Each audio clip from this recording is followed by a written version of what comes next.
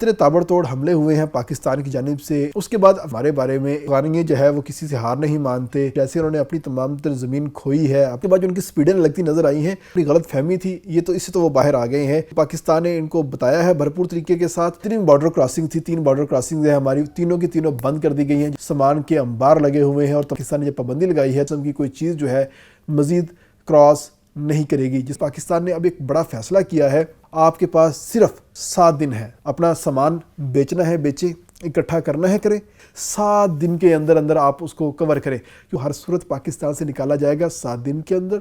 جو بھی پاکستانی کسی افغانی کو دیکھے گا اس کے حوالے سے اگر اطلاع دے گا اس کو انعام بھی ملے گا، اور اس افغانی کو پاکستان سے باہر بھی نکالا جائے گا۔ اب افغانستان کے اندر جو ایک نیا کام سٹارٹ ہو چکا ہے وہ کام یہی ہے کہ جو موجودہ سیٹ اپ ہے اس کا تختہ پلٹ دیا جائے۔ السلام علیکم۔ پاکستان اور افغانستان کے درمیان 48 گھنٹے کی سیز فائر تو ہو چکی ہے، مگر اس 48 گھنٹے میں کیا کچھ ہوگا اس کے حوالے سے بتانا بہت ضروری ہے، کیونکہ جتنے تابڑتوڑ حملے ہوئے ہیں پاکستان کی جانب سے ان افغانیوں کے اوپر، اس کے بعد افغانیوں کو ایک بات کی تو سمجھ آ گئی ہے کہ آج سے پہلے جو ہمارے بارے میں ایک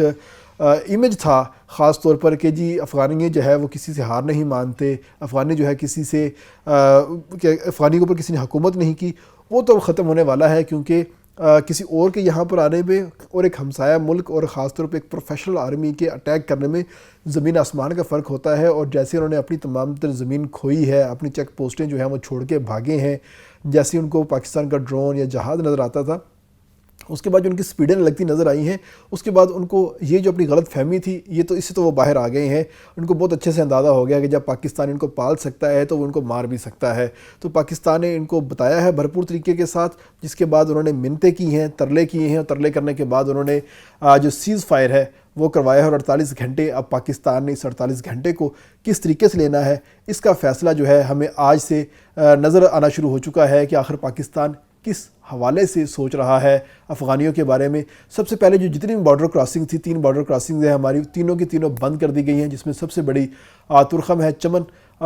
جو بارڈر کراسنگ ہے باب دوستی، اس کو بند کر دیا گیا ہے، اور اس وقت جو پاکستان کی تمام جو شپ پورٹس ہیں وہاں پر سامان کے انبار لگے ہوئے ہیں، اور تمام سامان وہ ہے جو کہ افغانستان جانا تھا، لیکن پاکستان نے جب پابندی لگائی ہے تو اب افغانستان کی جانب کسی قسم کی کوئی چیز جو ہے مزید کراس نہیں کرے گی، جس کے بعد کیا ہوگا کہ افغانیوں کے پاس اس وقت جتنا بھی کھانے پینے کا سامان ہے، استعمال کرنے کا سامان ہے، جتنا چلے گا، اور مزید ان کے پاس کسی قسم کی کوئی چیز موجود نہیں ہوگی، تو وہ فاقوں کے اوپر آ جائیں گے، اور ان کی جو باقی جو لائف سٹائل ہے وہ شدید حد تک متاثر ہوگا۔ اس کے ساتھ ہی پاکستان نے اب ایک بڑا فیصلہ کیا ہے۔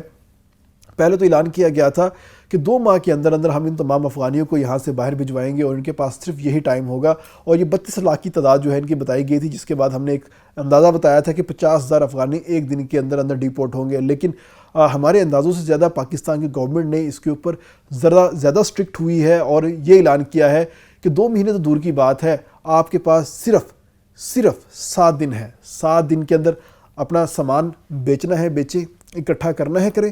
اپنا جو کاروبار ہے اس کو بند کرنا ہے بند کریں، کسی اور کو بیچنا ہے بیچ دیں، اپنی جو پراپرٹی ہے، جائیداد ہے، جانور ہیں، جو بھی چیزیں ہیں آپ کی، 7 دن کے اندر اندر آپ اس کو کور کریں، کیونکہ ان کو خصوصی طور پہ پرمیشن دی گئی تھی کہ یہ پاکستان میں آ کے پراپرٹی بھی خرید سکتے تھے، یہ پاکستان میں آ کے کاروبار بھی کر سکتے تھے، یہاں پر اپنے بچوں کا اندراج بھی کرا سکتے تھے، وہ تمام تر سہولیات ان سے واپس لے لی گئی ہے، اور ان کو سرکل کے اندر کھڑا کر دیا گیا ہے، اور ان کے اوپر ایک سوالیہ نشان جو ہے وہ لگا دیا گیا ہے، اور کہا گیا ہے کہ بھائیجان 2 مہینے نہیں، 7 دن کے اندر یہاں سے نکلو، ورنہ آپ کے خلاف کامبنگ آپریشن سٹارٹ ہو جائے گا۔ ویسا ہی کامبنگ آپریشن ہوگا جیسا کہ دہشت گردوں کے خلاف کیا جاتا ہے، اور پاکستان نے افغانیوں کو اب اسٹیٹ کی زبان کے اندر دہشت گرد قرار دے دیا ہے، اور اب جہاں جہاں افغانیوں کی بستی ہوگی یا افغانیوں کا گھر ہوگا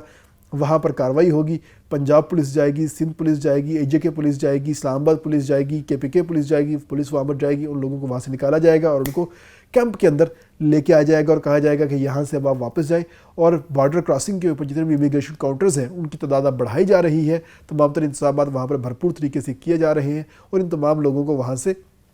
جو نکالنے کا جو سلسلہ ہے وہ شروع کر دیا جائے گا۔ اس کے ساتھ ایک نیا سیٹ اپ سٹارٹ کیا گیا ہے، اور اس کو کہا گیا ہے وسل بلور سسٹم، یعنی کہ پاکستانی شہری افغانیوں کی موجودگی کی اطلاع دیں، افغانیوں کی موجودگی، افغانی کہیں پر بیٹھے ہیں، ان کا 1 گھر ہے، 2 گھر ہیں، پوری بستی ہے، چھپ کے بیٹھے ہوئے ہیں، جھونپڑی میں بیٹھے ہوئے ہیں، جہاں پر بیٹھے ہوئے ہیں، ان کے بارے میں جو مقامی انتظامیہ ہے اس کو اطلاع دیں،